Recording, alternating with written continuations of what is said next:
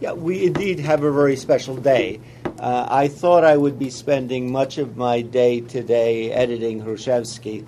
10 volumes are out. We have 2 more to go, and we're working on volume 5, and I'm in the middle of a lot of texts dealing with the relationship of Byzantium with the Metropolitanate of Kiev as it develops in the 15th and 16th century. That volume will be out next year, so you'll have that to read. And now I know you'll have interest in this. But my day got diverted, and I think I'm not the only one, spending a little bit too much time looking on YouTube and various programs coming in and various commentary that's going on.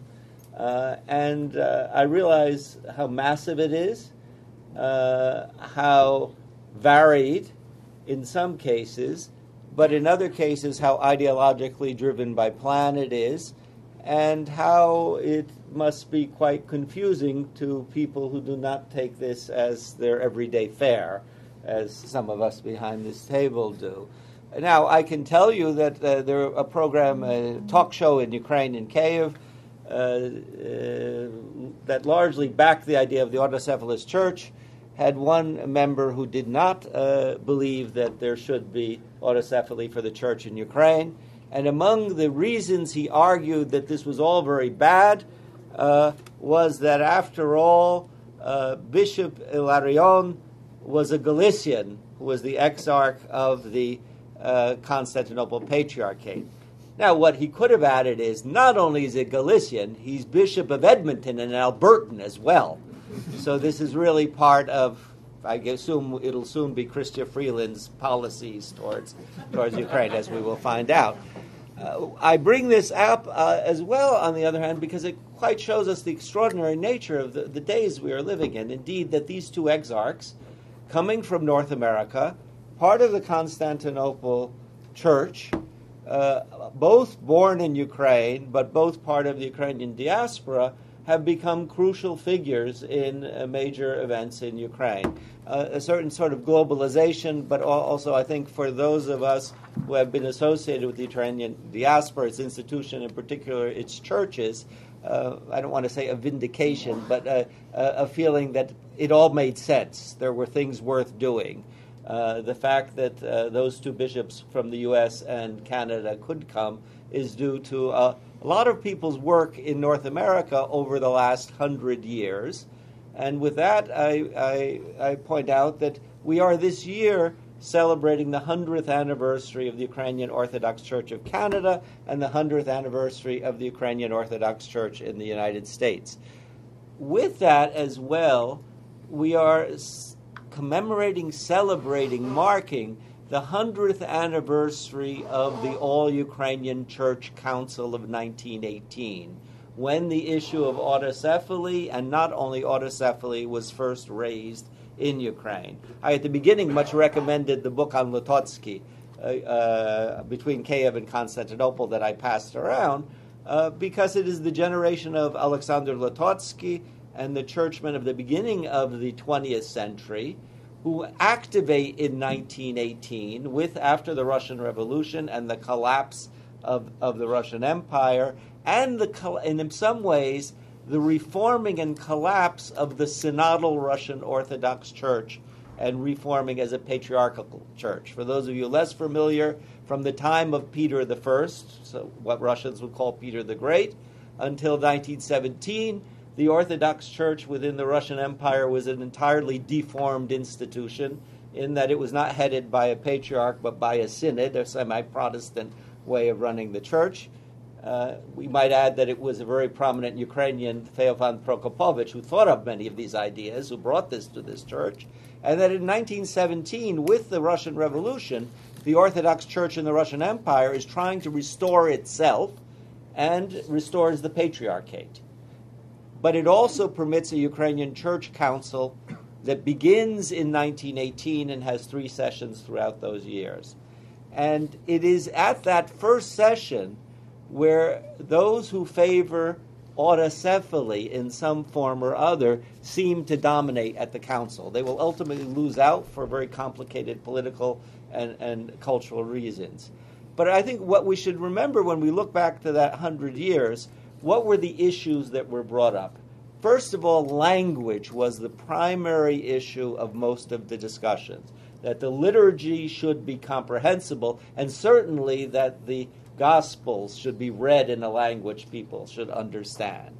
That is very strongly the language issue comes first, as it did in many ways in the discussions of Ukrainian autonomy and the Ukrainian movement at the beginning of the 19th century.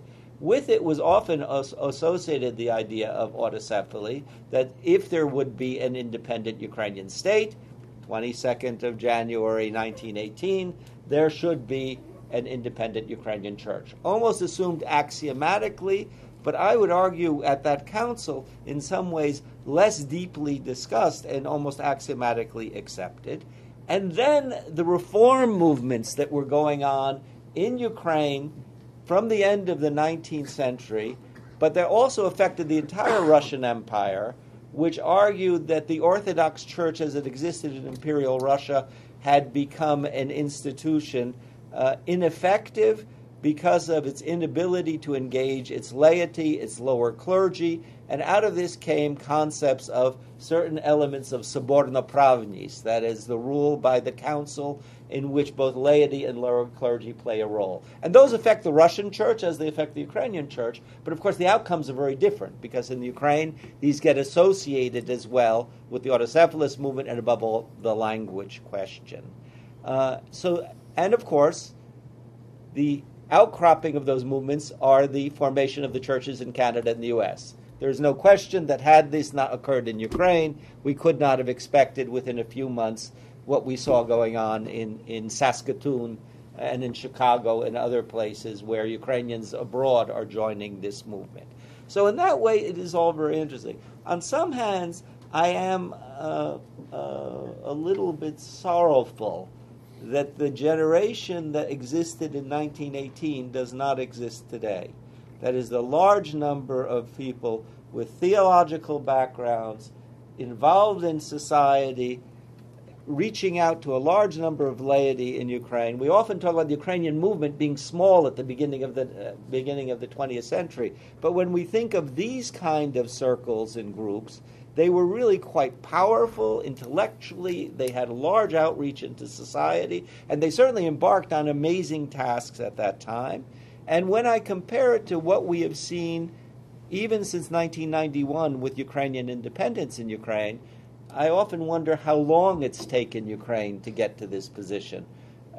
Certainly, had you asked me in 1991, I would have never expected that we would take until 2018 to finally discuss the kind of issues we are discussing today. And I would argue it's in some way because of the role of the church in society and of the generation that was involved. I will not, since you will have Hrushevsky, you have a wonderful volume of Hrushevsky here to read, and Professor Shevchenko's wonderful essays to read, I will not take you from Byzantium to the current events. I will just mention the 5 or 6 major issues and hope they will come up in discussion. First of all, that the Church of Byzantium, the Mother Church of Kiev, closely monitored the Kievan churches until the 13th century. We, in our Hrushevsky translation, are putting the metropolitans' names in Ukrainian and then in parentheses in Greek, because they are almost all Greeks. Right? And we should remember that, how closely the Mother Church of Byzantium played a role in the church at that time. That with the fall of the Kiev and the Rus state, and particularly with what Hrushevsky calls occupation of Western Ukraine by Poland, there comes a new political structure and a struggle for where the Metropolitan of Kiev will be, what his title will be, and ultimately the evolution of new metropolitanates, above all the Metropolitanate of Halych, which gives 2 different traditions on Ukrainian territory that become very important.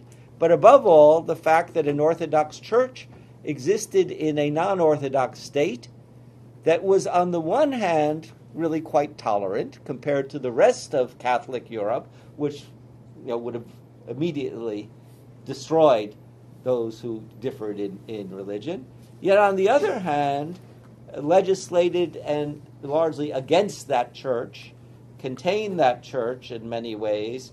After all, the word for an Orthodox church in the Polish state of the 15th century was synagogue, and it wasn't said in a nice, for positive reasons. So this is how these churches are viewed. The other part of this church is that the laity become very important. Above all, the structure of the Lithuanian state and the Polish state, and its great rights above all for the nobility, meant as long as one had people of one's religion who were nobles, one had protectors. But in many ways it meant that the Orthodox traditions on this territory begin to change. Now, there is a great debate among Ukrainian church historians on this issue. Was the election of the clergy, say the parish clergy, a indigenous Ukrainian tradition for parishes, or does it come from a later period? What role do these groups play? And Soborno-Pravnis is part of this argumentation. But certainly on the higher levels of this church, both the weakness of the hierarchy, because it's cut off, particularly after the Turkish conquest of Constantinople, from the patriarchate of Constantinople, as well as the political structure of the Polish-Lithuanian state, meant that the laity played a great role. And then those who oppose the state play a great role. That is, the Cossacks and the Cossack elite come to play a great role. So a great role to the laity in this church. The Eastern patriarchs are constantly interested in the 15th and 16th and 17th century and what goes on in Ukraine. They are usually doing so because they are on their way to places to gain support. They need funds to keep Antioch or Alexandria or any of these patriarchates going, but they play a major role in Ukrainian territories, and certainly wind up playing a major role in the reform of those territories. And of course, the Church of Rome plays a major role by establishing a Latin hierarchy on this territory. At the end, it means that the Orthodox of Ukraine and Belarus, and we should not forget Belarus in this, evolve under very different circumstances than from most other Orthodox countries. This is the first part of the Orthodox world where they begin to translate Church Slavonic texts into vernacular. That is, already in the 16th century, they're translating into Ruthenian, as the language was called then. Church Slavonic was a great blessing at the time that it's given to the early church, but it was basically incomprehensible to the laity of the 16th century. And in some ways, Church Slavonic has turned out to be, like many of the Eastern Church's sacred languages, a mixed blessing. An Armenian does not understand the Armenian liturgy in Grabar. A Greek who has not studied a long time really can't follow the Greek liturgy very well, and we all know about all the jokes Ukrainians have about their misunderstandings of Church Slavonic when they hear it, and what they think they've heard and what they did hear. But this will reemerge as a problem in the 20th century. And then, since I promised I would not go through all this history, 1686 now becomes your important date. 1686, Zenon Kohut, my colleague in Edmonton, is writing a book on Ukrainian political culture of the second half of the 17th century, and I called him this morning and said, get on CBC today, because you know what Hetman Samylovich was doing and what they were doing. 1686 is the transfer of the Kievan Metropolitanate from Constantinople to the Patriarchate of Moscow. An uncanonical act, as Constantinople has firmly said now. And then, of course, as I mentioned earlier, by the early 18th century, the Russian Orthodox Church goes through a total change that makes it unusual in any Orthodox world. It has a synodal structure, it becomes a government ministry, basically running its church. And then my final act of history, I jump all the way to the 20th century, is above all the Tomos of 1924. Now, I am very happy that the Albanians have an Orthodox, Autocephalous Orthodox Church. And I have no reason to say that the Czechoslovaks shouldn't have one, although the number of Orthodox in Czech and Slovak, by the way, they put together a few, But the most important one for us is the Polish Autocephalous Orthodox Church. And that church exists because the arguments that are put forth by the Ukrainians in 1918-19, when Lotocki goes to Constantinople to try and say we should have an autocephalous church, are picked up by the Polish government after in the early 1920s and by churchmen in Poland, who, above all, the government does not want its Orthodox, large number of Orthodox in interwar Poland, under a Russian Orthodox church structure. And the Orthodox themselves pick up the argument that we are, after all, part of the Kievan Metropolitanate, which was under Constantinople. So what's just happened today is, what we all know is churches are great because they keep a lot of archives, keep a lot of dusty documents, and you never know what one of those documents is going to be useful. So suddenly the 1924 Tomos can be pulled out. Clearly was said at that point, even though there was no patriarch at this time, we can use it again. All right, then to finish, okay, so I don't go on too much, I just want to make a few comments from the Russian point of view. And I really do wish we had more scholars who deal with Russia and the Russian church here among us today, and would discuss what this is going to mean for the Russian church and how it's going to develop. So my argument is that, and I'll make it a little more serious later, that Russia is a matryoshka. Okay, so the outside of the matryoshka is the empire. That is, many of my colleagues argued there was never Russian nationalism. Russia was always an imperial state. It was a Romanov imperial state. You think of Russia as an empire. An empire has many, many peoples. It doesn't really discriminate against one or another. The Russians were not a ruling nation in that sense. You have an empire. And then the empires collapsed, and this empire collapsed in 17 and gets reformed by the Bolsheviks, and then collapses in 91, and now Putin would like to reform it, but can't find a way. So that's the outside Russia and the church. The next matryoshka is something I'll call Holy Rus. That is, that there is an identity that is a Holy Rus, that is Orthodox, and in the sense the only true Orthodox, the Third Rome, and that its constituency are the Slavic people of that Russian Empire, as well as some contiguous territories, and maybe sometimes they would throw the Moldovans in it, although the Moldovans are, of course, Romanian speakers. So that really is the next layer, and we are seeing that layer, as the first matryoshka opened up, we're seeing that layer come out now, and you'll find it a lot on the internet and in the discussions. Patriarch Kirill, that's one nation, it's one Holy Rus, it's a sin to break it up for some reason, and it is really orthodoxy. The rest of orthodoxy doesn't count. And then the inner one, and what is now seeking to use it, is the Russian nation and Russian nationalism, and the defining of the Russian nation, and now the crisis of those who believe that the Russian nation includes Ukrainians, facing groups that say that it does not. So, Putin could tell Bush, Ukraine is not really a state, shouldn't exist, right? But the church is now trying in many ways as a last gasp to say this, and it can't quite say it, and since 2014 it has had great problems of doing it. It is also the reason why, it's glorious that there is a Czechoslovak Orthodox Church that people recognize, but at the moment all the Moscow Patriarchate would permit in Ukraine is a church with the characteristics of autonomy. The Ukrainian churches, they couldn't even call it an autonomous church. Finland can have an autonomous church. Japan can have an autonomous church. The U.S., poor Canada got thrown in with this, gets to get a whole autocephalous church. But Ukraine, with all those Orthodox believers, could not, because it would go against all these characteristics of the matryoshka that I mentioned, because it's unacceptable yet. And so the Russian church and Kirill have been remarkably lacking, I think, in an ability to deal with an increasingly changing and desperate situation. where it would have seemed that a few years ago all they had to say is, we'll give you autonomy. Don't go along with all these nationalist Ukrainians here. You'll have an autonomous church, or you'll have some such church. They couldn't do it and make those steps.